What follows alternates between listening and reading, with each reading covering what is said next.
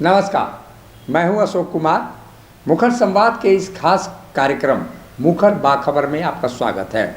मुखर बाखबर आपको उन खबरों से वास्ता दिलाता है जो खबरें कहीं गुम होती हैं, जो महत्वपूर्ण खबरें होती हैं, विशेष खबरें होते हैं। खबरों के पीछे के खबरों को हम ढूंढ कर आपके लिए लाते हैं। तो आज शुरू करते हैं मुखर बाखबर में। पहली खबर कांग्रेस के झारखंड सहप्रभारी उमर सिंघार के बलात्कार आरोप से जुड़े मामले से।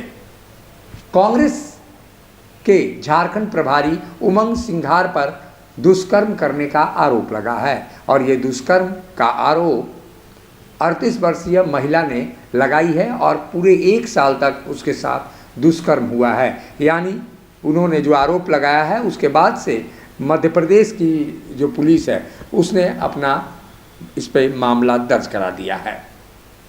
एक तरह से कहें कि कांग्रेस के झारखंड सहप्रभारी और विधायक उमंग सिंघार पर विवादों से पुराना नाता रखने का भी आरोप है। वह अक्सर किसी न किसी बात को लेकर चर्चा में बने रहते हैं। मध्य प्रदेश के वरिष्ठ नेता और झारखंड के कांग्रेस के सहप्रभारी और गांधवानी से विधायक उमर सिंघार के खिलाफ 38 वर्षीय महिला ने अपने साथ 1 साल तक दुष्कर्म करने का आरोप लगाया है। इसके साथ ही महिला ने उमंग सिंघार पर उसके साथ मारपीट करने और अभद्र व्यवहार करने का भी आरोप लगाया है। महिला की शिकायत पर नौगांव पुलिस ने सभी आरोपों के आधार पर विधायक उमंग सिंघार के खिलाफ आईपीसी की धारा 376, 377 और 498 के तहत मुकदमा दर्ज किया है। कुछ दिन पहले जो कांग्रेस के जो विधायक हैं और झारखंड के जो सहप्रभारी हैं उमंग सिंघार, इनकी नौकरानी ने भी उनकी पत्नी के खिलाफ आरोप लगाए थे। विवादों से पुराना नाता रहा है। गांधवानी से जो विधायक रहे हैं उमंग सिंघार, उनकी पत्नी पर नौकरानी ने आरोप लगाया कि मारपीट करती हैं, वो गाली गलौज करती हैं। इसके साथ ही खाना बनाने के काम करने वाली जो पिंकी सिंघार, उन्हीं की जो स्वजाति हैं, वैसी स्थिति में उन्होंने मारपीट करने और धमकी देने का भी आरोप उनकी पत्नी प्रतिमा सिंघार पर लगाया। यानी ये मामला हुआ। उसके बाद से 2021 की एक घटना आपको याद दिला दें। मई 2021 में उमंग सिंघार तब चर्चा में आए थे जब मध्य प्रदेश के कथित सोनिया सुसाइड केस में उनका नाम आया था। उस समय उनके खिलाफ उनकी जो कथित गर्लफ्रेंड यानी महिला मित्र जो सोनिया भारद्वाज को आत्महत्या के लिए उकसाने का मामला दर्ज किया गया था और वहीं उनके ही निवास स्थान पर उनकी गर्लफ्रेंड सोनिया भारद्वाज ने आत्महत्या फांसी लगाकर कर ली थी। उस समय विधायक उमंग सिंघार को लेकर इस बात की भी वो चर्चा थी कि वो अपनी पत्नी को तलाक दिए बिना ही अम्बाला की रहने वाली सोनिया भारद्वाज से शादी करना चाहते थे और सोनिया के एफआईआर में सुसाइड नोट और महिला के बेटे और मां के बयान को आधार बनाया गया था। सोनिया की पहले भी 2 शादियां हो चुकी थी और उसके एक बेटा भी है उससे। तो ये मैट्रिमोनियल साइट से उनकी पहचान हुई थी और वहीं इस पर राजनीति भी अब तेज हो गई है। जिस तरह से वहाँ के गृह मंत्री यानी मध्य प्रदेश के जो गृह मंत्री हैं नरोत्तम मिश्र, वो क्या कहते हैं ये सुनकर आपको आश्चर्य होगा कि कांग्रेस की जो भारत जोड़ो यात्रा चल रही है, भारत जोड़ो यात्रा में एक रूट उस पीड़िता के घर की ओर भी राहुल गांधी को जाना चाहिए जहां उमंग सिंघार जिसके साथ दुष्कर्म के आरोपी हैं। तो एक बड़ा सवाल बीजेपी ने वहां खड़ा किया है। बीजेपी लगातार हमलावर है मध्य प्रदेश में और बीजेपी के जो प्रदेश मंत्री हैं राहुल कोठारी, वो कहते हैं कि क्या कांग्रेस का यही चाल चरित्र है। कांग्रेस के एक विधायक का बेटा अपने आप ऐसे ही कृत्यों में शामिल हुआ था और हाल ही में जिस तरह की अब सीनियर विधायक उमंग सिंघार का नाम सामने आ रहा है, उसको लेकर अब वो राजनीति प्रारंभ कर रहे हैं कि कांग्रेस का शायद यही चाल चरित्र है और यही कुछ बातें हैं। कहानी कथनी और करनी में काफ़ी अंतर है। यानी उमंग सिंघार जो झारखंड के 2019 के चुनाव में झारखंड में सहप्रभारी और प्रदेश सहप्रभारी हैं यहाँ पे, तो उनकी व्यक्तिगत रोल थी और यहाँ वो बराबर आते थे झारखंड में। लेकिन इस तरह से उन पर आरोप लगना और विवादों और उनका नाम दोनों का चोली दामन का साथ लगता है। तो ऐसे में उमंग सिंघार पर यह बड़ा आरोप लगा और कांग्रेस पर हमलावर हो गई बीजेपी। और इन आरोपों का जवाब अब उमंग सिंघार और कांग्रेस पार्टी कैसे देती है, इसका इंतज़ार रहेगा।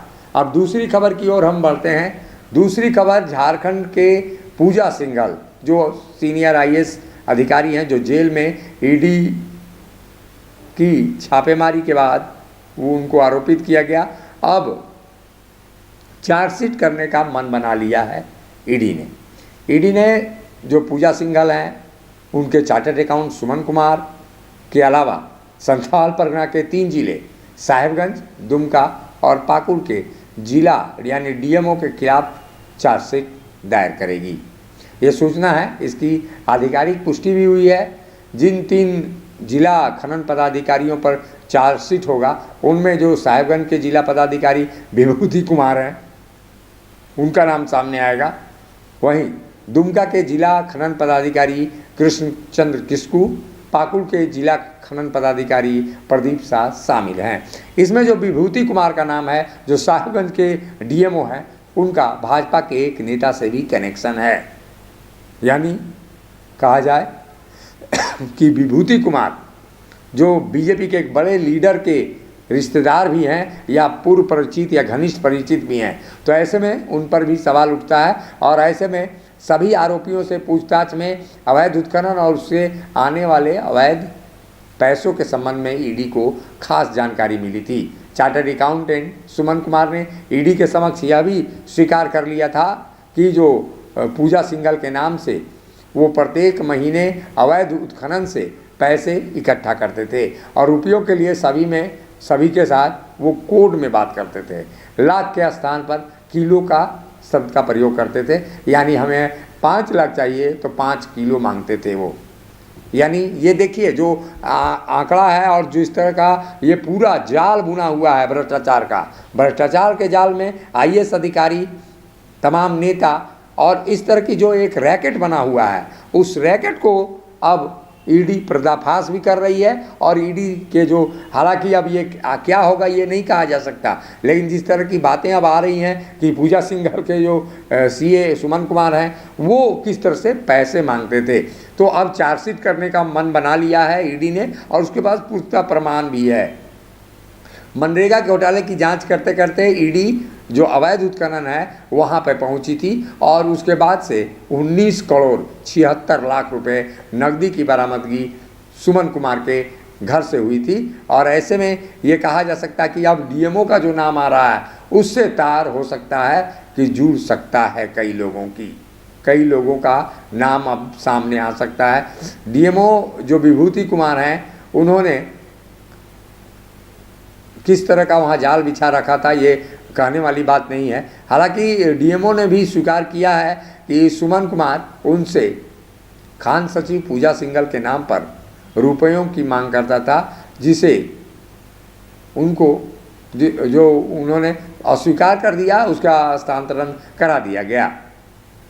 साहेबगंज की जो जिला अधिकारी हैं, उन पर खास रूप से ये मामला बनता हुआ नजर आ रहा है। यानी देखिए, लूट के इस खेल में भाजपा और JMM किस तरह से शामिल हैं, यह आपको हम बताते हैं। किस तरह से लूट के खेल में भाजपा और JMM एक ही थैली के चट्टे बट्टे दिखाई देते हैं। जो विभूति कुमार हैं DMO, उनका भाजपा के एक बड़े से नेता से कनेक्शन भी है और वहीं दूसरी ओर जो पंकज मिश्रा हैं, उनके साथ काफ़ी घनिष्ठता भी है। यानी कहा जाए कि जो स्थितियां हैं वो आप देखिए, एक गठजोड़ यहाँ पे दिखाई दे रहा है। इस गठजोड़ में JMM और बीजेपी किस कदर साफ दिखाई दे रहे हैं और दोनों के मेलजोल यहाँ पर क्या दिखाई दे रहे हैं। यानी तमाम राजनीतिक दलों के जो चीज़ें चल रही हैं, उन चीज़ों में भ्रष्टाचार कहीं ना कहीं बड़ा स्रोत बना हुआ है। हालांकि ये सामने नहीं आ पाता है। विभूति कुमार बीजेपी के एक बड़े नेता के काफ़ी करीबी हैं, जिनके फ़ोटो भी वायरल हुए थे